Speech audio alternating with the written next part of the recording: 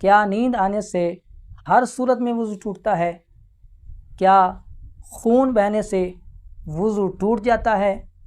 اور ایک بہت ہی اہم سوال کہ اگر کسی کو شک ہو کہ شاید اس کا وضو ٹوٹ گیا ہے تو کیا اسے دوبارہ وضو کرنا پڑے گا؟ بہت سے لوگ اس طرح کے مسائل میں اکثر غلط فہمیوں کا شکار نظر آتے ہیں، جس کی وجہ سے کبھی وہ بلا وجہ بار بار وضو کرتے ہوئے نظر آتے ہیں اور کبھی وضو ٹوٹ جانے کے باوجود نماز ادا کر لیتے ہیں۔ آج کی اس ویڈیو میں ہم وضو کے متعلق 7 اہم باتیں قرآن و حدیث اور فقہی اصولوں کی روشنی میں سمجھیں گے، لیکن ان تمام باتوں کو جاننے سے پہلے آپ سے گزارش ہے کہ اس ویڈیو کو لائک کریں، شیئر کریں اور اپنی قیمتی رائے کا اظہار کومنٹ سیکشن کے اندر ضرور فرمائیں۔ اور اگر آپ اس چینل پر پہلی بار آئے ہیں تو اس چینل کو ضرور سبسکرائب کریں تاکہ اسی طرح کی بہترین اور اچھی ویڈیوز بآسانی آپ تک پہنچتی رہیں۔ اللہ تبارک و تعالیٰ قرآن مجید کے اندر ارشاد فرماتا ہے، یا ایھا الذین آمنوا اذا قمتم الی الصلاۃ فاغسلوا وجوہکم وایدیکم الی المرافق وامسحوا برؤوسکم وارجلکم الی الکعبین، کہ اے ایمان والو، جب تم نماز کے لیے کھڑے ہو تو اپنے چہروں کو دھو، اپنے ہاتھوں کو کوہنیوں سمیت دھو، اپنے سروں کا مسح کرو اور اپنے پاؤں ٹخنوں سمیت دھو۔ اس آیت مبارکہ سے وضو کی بنیادی اہمیت واضح ہوتی ہے، لیکن وضو کن چیزوں سے ٹوٹتا ہے اس کی تفصیل ہمیں رسول اللہ صلی اللہ علیہ وآلہ وسلم کی احادیث اور فقہی احکام سے معلوم ہوتی ہے۔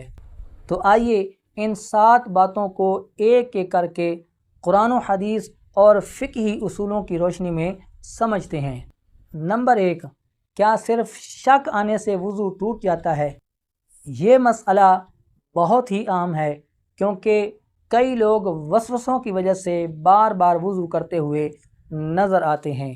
مثلا کسی کو شک ہوا کہ میرا وضو ٹوٹ گیا ہے، لیکن اسے صرف شک ہی ہے، یقین نہیں ہے، تو یاد رکھیں ایسی صورت میں صرف شک کی بنیاد پر وضو نہیں ٹوٹے گا۔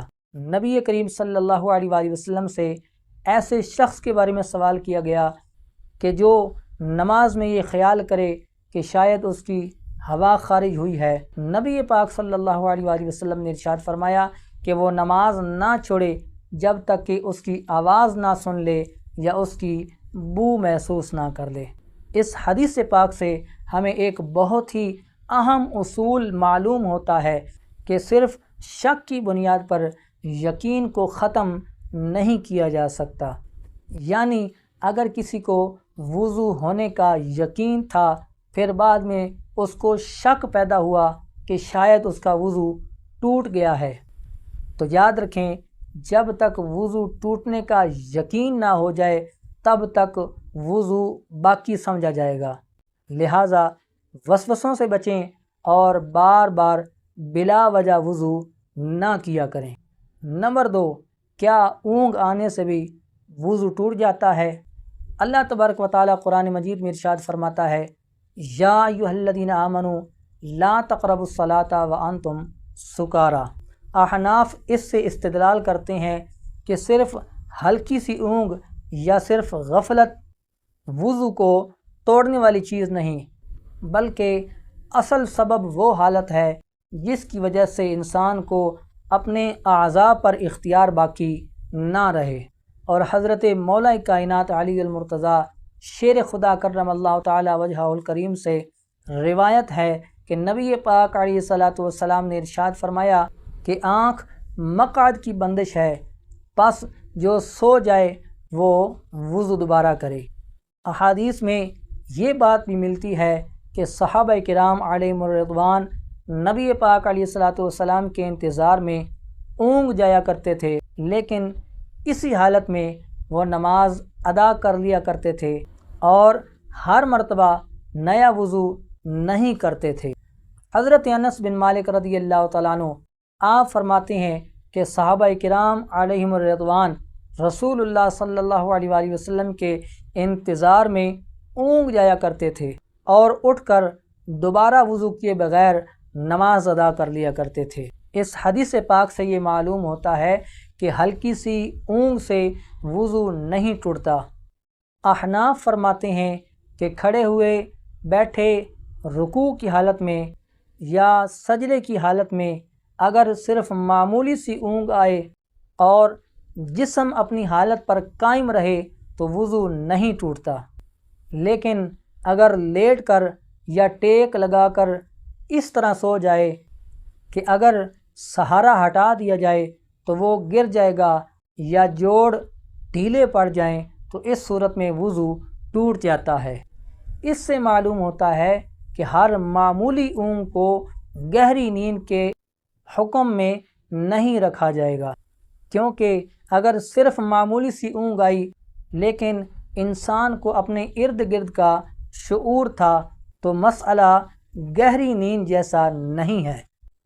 لیکن اگر ایسی گہری نیند آ گئی کہ جس میں انسان کے ہوش و شعور پر نیند کا مکمل غلبہ ہو جائے تو ایسی صورت میں دوبارہ وضو کر لینا زیادہ محفوظ اور احتیاط والا عمل ہے۔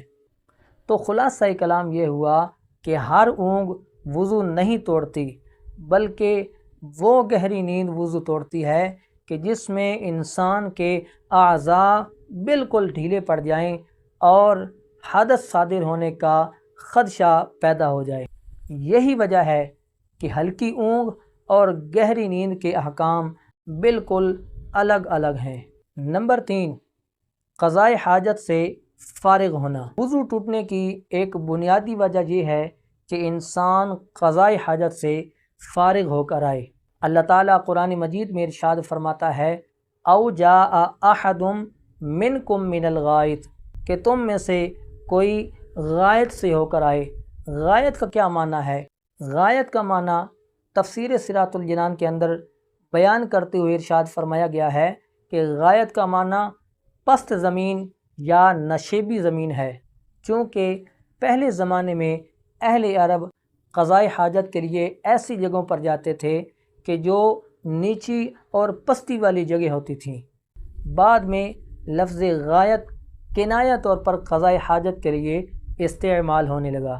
تو اگر اس لحاظ سے آیت کا ترجمہ کریں تو پھر ترجمہ یہ بنتا ہے کہ تم میں سے کوئی قضائے حاجت سے فارغ ہو کر آئے، اور نبی پاک صلی اللہ علیہ وآلہ وسلم نے ارشاد فرمایا کہ تم میں سے جس سے حدث صادر ہو جائے تو اس کی نماز تب تک قبول نہیں ہوتی جب تک کہ وہ دوبارہ وضو نہ کر دے۔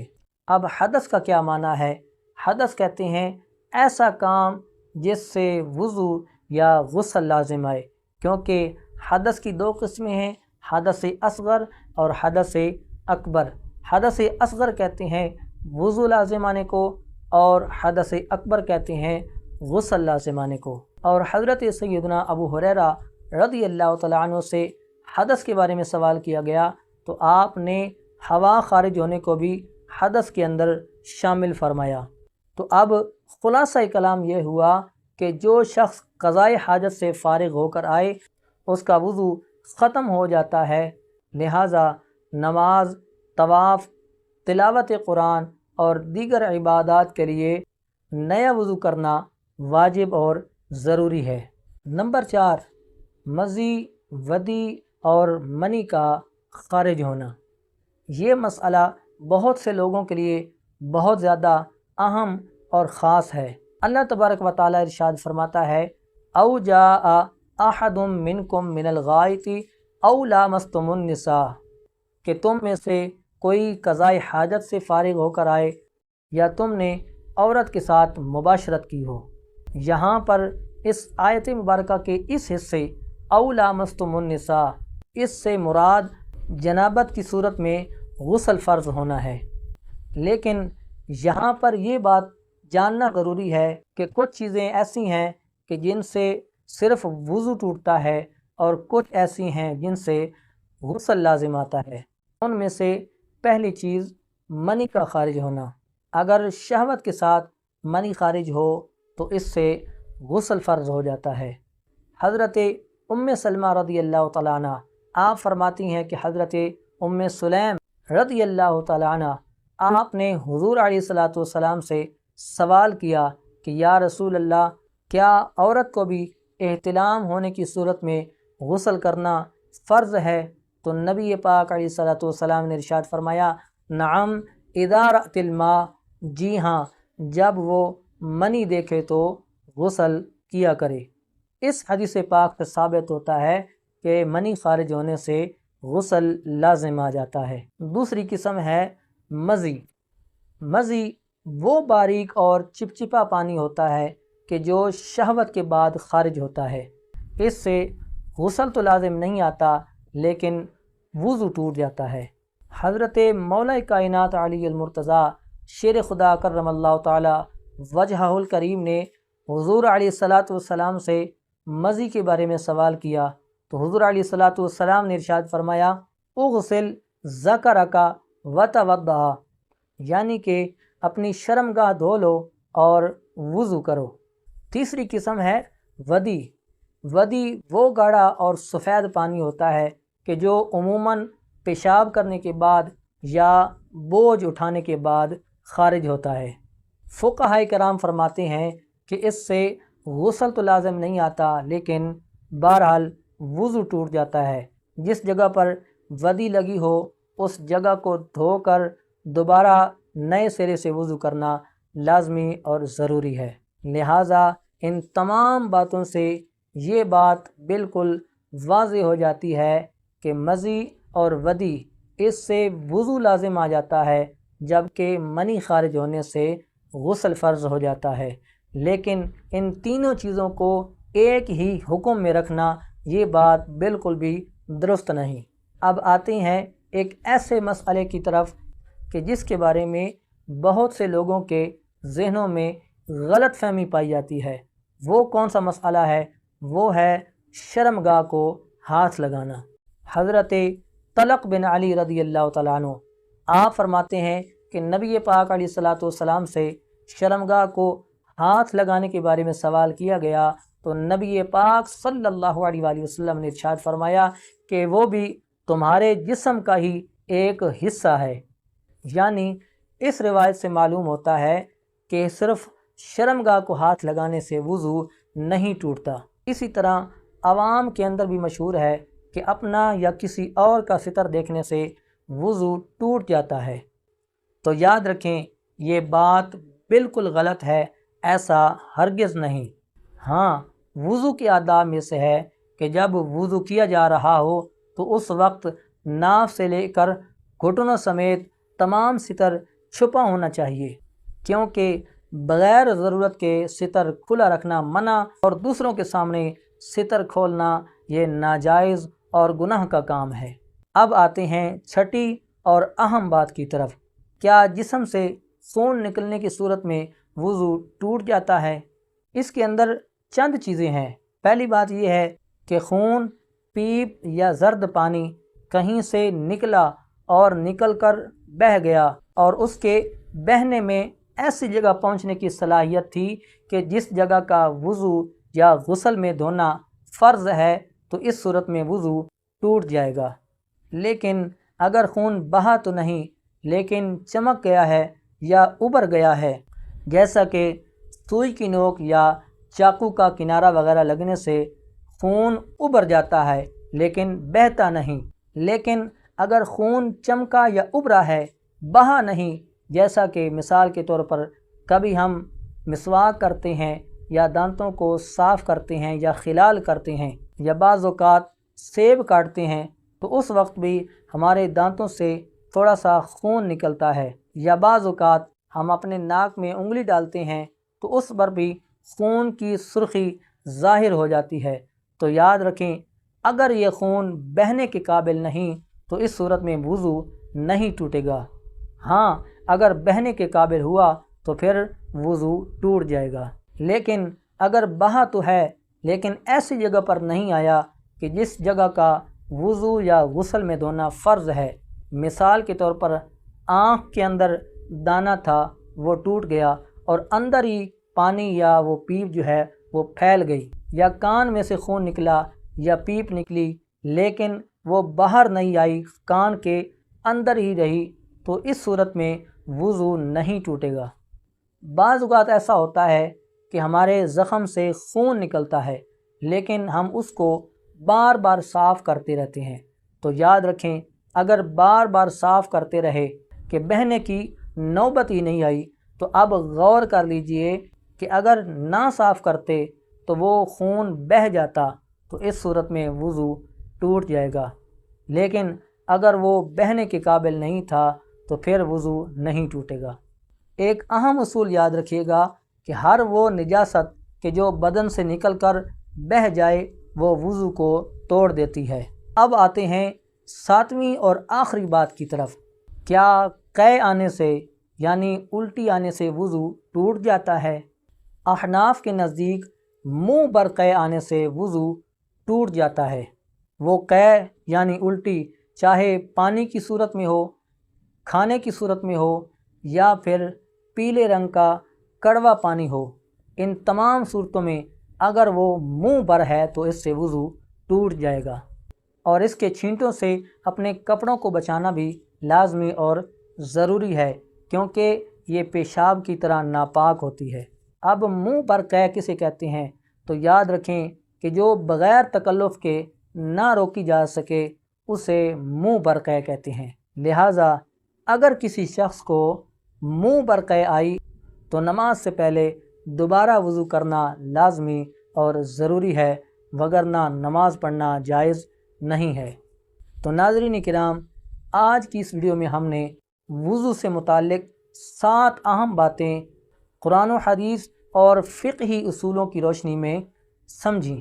ہم نے سنا کہ قضائے حاجت سے فارغ ہونے کی صورت میں بھی وضو ٹوٹ جاتا ہے، صرف شک کی وجہ سے وضو نہیں ٹوٹتا، گہری نیند کے بعد نیا وضو کرنا لازمی اور ضروری ہوتا ہے۔ مزی، ودی اور منی کا حکم ایک جیسا نہیں۔ شرمگاہ کو چھونے یا اس کو دیکھنے کے حوالے سے لوگوں کے ذہنوں میں جو غلط فہمیاں پائی جاتی ہیں اس کے بارے میں بھی ہم نے سنا۔ خون بہنے کی کون سی صورت میں وضو ٹوٹ جاتا ہے اور کون سی صورت میں وضو نہیں ٹوٹتا، اور قے یعنی الٹی کے بارے میں جو فقہاء کرام نے شرعی مسائل بیان کیے ہیں ہم نے وہ بھی سنے۔ تو آج کی ویڈیو کا سب سے اہم سبق کہ نہ ہر شک کو وضو ٹوٹنے کا سبب سمجھیں اور نہ ہر نیند وضو توڑتی ہے۔ اللہ تبارک و تعالی ہمیں دین کو سمجھنے، سیکھنے، دوسروں تک پہنچانے اور اپنی عبادات کو صحیح طریقے کے مطابق ادا کرنے کی توفیق عطا فرمائے۔ اگر یہ معلومات آپ کو مفید لگی ہوں تو اس ویڈیو کو لائک بھی کریں، اپنے تمام عزیز و اقارب کے ساتھ شیئر کریں اور کومنٹ سیکشن کے اندر اپنی قیمتی رائے کا اظہار ضرور فرمائیں، اور ایسی ہی مستند اسلامی معلومات کے لیے ہمارے چینل کو سبسکرائب کرنا نہ بھولیں۔ ملتے ہیں نیکسٹ ویڈیو کے ساتھ۔ اللہ حافظ۔ السلام علیکم ورحمۃ اللہ وبرکاتہ۔